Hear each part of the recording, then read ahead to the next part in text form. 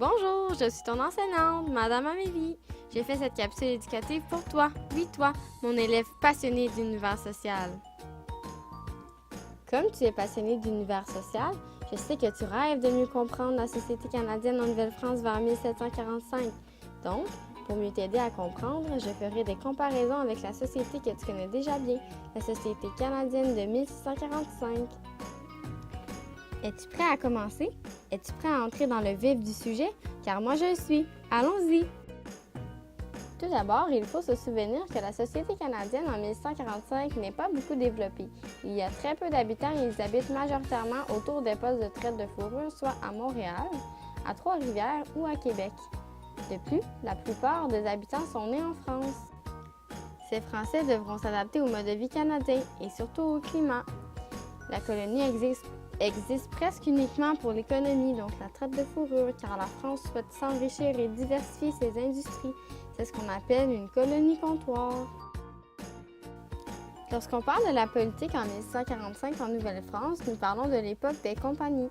Le roi de France envoie des compagnies pour s'occuper de la colonie en échange du monopole des traites de fourrure. La structure politique est la suivante. Le roi nomme une compagnie responsable et celle-ci nomme un gouverneur responsable de la colonie. Pour terminer, la Société canadienne de 1645 était en conflit avec les Iroquois pour le territoire de traite de fourrure. Si l'on parle du développement de la colonie et du territoire, on peut affirmer que le régime seigneurial s'installe aussi dans ces années. Lorsqu'on parle du territoire en 1745, on remarque que le territoire s'agrandit beaucoup. Donc, on passe de seulement la vallée du Saint-Laurent à avoir aussi l'Ohio, la Louisiane, la Nouvelle-Écosse et le Nouveau-Brunswick.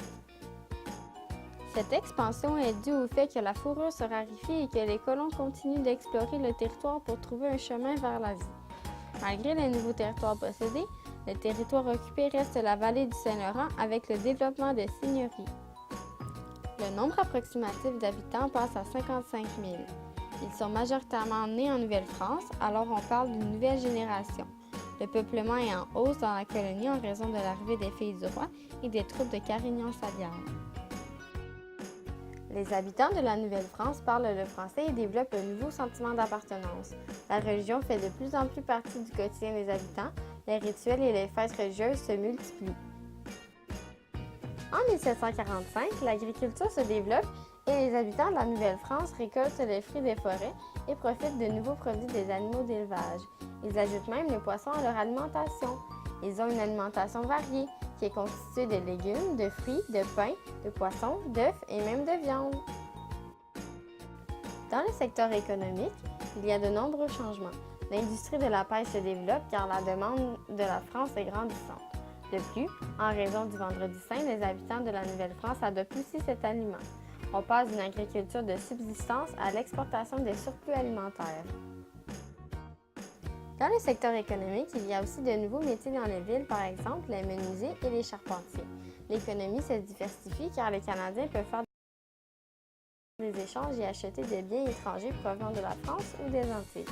De nouvelles industries se développent, soit l'industrie du bois, l'industrie navale et l'industrie de la forge, l'industrie du fer.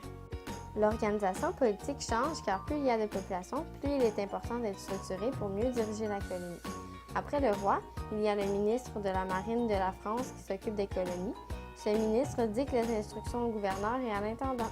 Le gouverneur est responsable des affaires militaires et diplomatiques, donc des affaires extérieures. Pour poursuivre, l'intendant est responsable des affaires civiles internes, de l'économie et de la justice. Il y a aussi l'évêque de Québec qui s'occupe des affaires religieuses, de l'éducation, des hôpitaux et de la conversion des Amérindiens.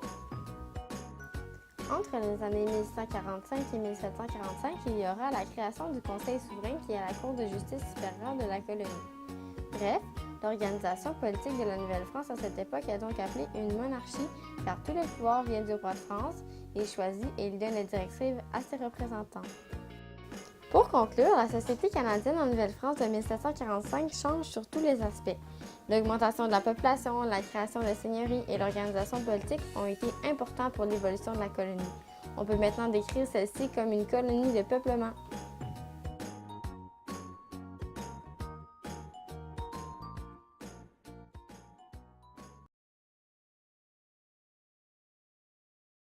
created using Powtoon.